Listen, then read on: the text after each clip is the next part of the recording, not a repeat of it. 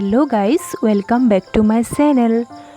আমি বনাবলৈ লৈছো আজি ব্ৰইলাৰ মাংস আহকচোন আপোনালোককো দেখাও আমি কেনেদৰে বনাও তাৰ বাবে মই লৈছো আধা কিলো ব্ৰইলাৰ মাংস আলু দুটা কাটি লৈছো বিলাহী এটা কাটি লৈছো লগতে পিয়াজ দুটা আৰু আদা নহৰু মান ধনিয়া জলকীয়া দি পেষ্ট বনাই লৈছো কেৰাহীখন আমাৰ গৰম হৈ গল যিহেতু তাত আমি এতিয়া তেলখিনি দি দিছো তেলখিনি গৰম হ'বলৈ আমি ৰখিব লাগিব অলপ সময় এতিয়া আমাৰ তেল গৰম হৈ গৈছে যিহেতু তাত আমি কাটি ৰখা পিয়াজখিনি দি দিছো পিয়াজখিনি আমি অলপ সময় ভাজিব লাগিব ৰঙচুৱা পৰালৈকে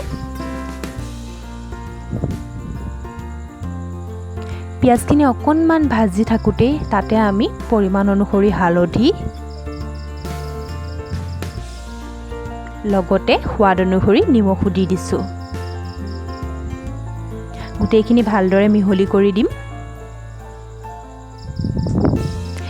তাৰ পাছত এতিয়া তাত আমি যোনখিনি পেষ্ট বনাই ৰাখিছিলো আদা নহৰু মান ধনিয়া জলকীয়া হেখিনিও আমি যোগ কৰি দিম গুটেইখিনি আকৌ এবাৰ ভালদৰে মিহলি কৰি লম অলপ সময় ভাজি লম তাৰ পাছত আমি কাটি ৰখা বিলাহীটো দি দিম হেখিনি এতিয়া আকৌ এবাৰ ভালকৈ লৰাই আমি বিলাহীখিনি সিজিবৰ কাৰণে ঢাকনখন অলপ দেই লগাই দিম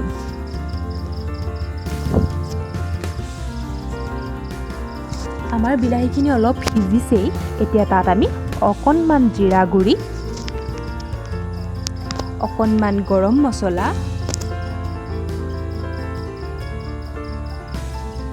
আৰু লগতে চিকেন মছলা অকনমান দি দিছো এতিয়া ভালদৰে গুটেইখিনি আকৌ এবাৰ আমি মিহলি কৰি দিম বিলাহীখিনি আমাৰ সিজিছে আমি ভালদৰে হাতাখনেৰে এনেকৈ ভাঙি দিছো যাতে বিলাহীখিনি ভালদৰে পমি যাব পাৰে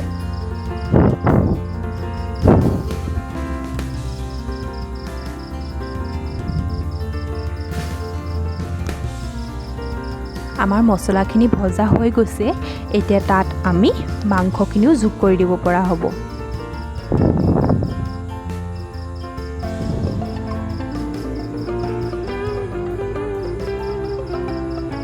এতিয়া তাত আমি মাংসখিনি যোগ কৰি দিম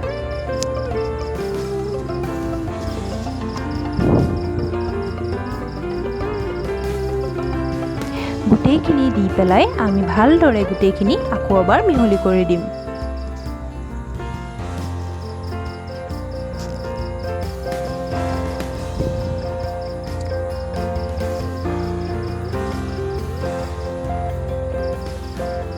এতিয়া মাংসখিনি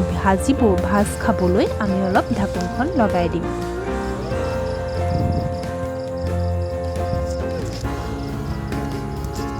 আমাৰ মাংসখিনি প্ৰায় ভজা হৈ গৈছে তাৰ পৰা যিহেতু অলপ পানী ওলাইছে হেখিনিও আমি শুকাবলৈ দিম ভালদৰে মাংসখিনি ফ্ৰাই হ'বলৈ দিম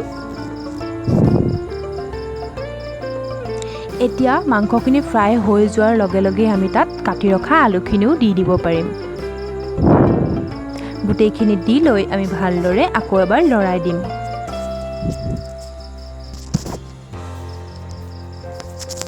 মাজে মাজে চাই থাকিব লাগিব যাতে আলু আৰু মাংসখিনি কেৰাহীখনত লাগি নাযায়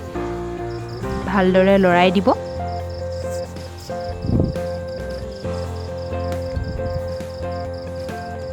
কালাৰটো ধুনীয়াই আহিছে চাওচোন খাবলৈ বা কেনেকুৱা হয় এতিয়া আলুখিনি সিজিবৰ বাবে তাত অকণমান আমি পানীও যোগ কৰি দিছো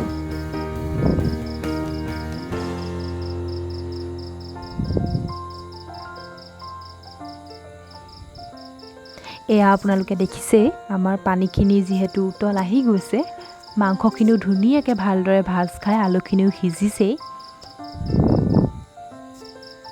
তাতে এতিয়া আমি জালুকৰ গুড়া অকণমান খুন্দি থৈছিলোঁ সেইখিনিও দি দিছোঁ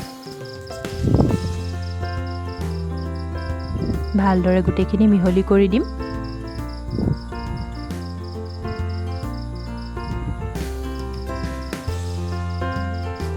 আমাৰ পানীখিনি যিহেতু শুকাই গৈছে তাৰ বাবে আমি আৰু অকণমান পানী তাত যোগ কৰি দিম ভালদৰে লৰাই ল'ব লাগিব আলুখিনি আমাৰ সিজিছে আমি এক্সট্ৰাকৈ অলপমান উলিয়াই লৈ এইদৰে ভাঙি লৈ পেলাই মাংসখিনিত আকৌ আমি মিহলি কৰি দিম গোটেইখিনি ভালদৰে আকৌ এবাৰ লৰাই দিব লাগিব। আমাৰ মাংসখিনি ৰেডি হৈ গ'ল। এতিয়া আপোনালোকক বেলেগ এটা পাত্ৰলৈ উলিয়াই দেখাম। এয়া আমাৰ মাংস ৰেডি। এতিয়া আমি গৰমে গৰমে পৰিৱেশন কৰিম। আপোনালোকে এবাৰ এনেদৰে বনাই চাবচোন, কেনেকুৱা লাগে মোক কমেণ্টত জনাব। ভিডিঅ'টো শেষলৈকে চোৱাৰ বাবে বহুত ধন্যবাদ। লাইক, শ্বেয়াৰ, কমেণ্ট কৰিবলৈ নাপাহৰিব।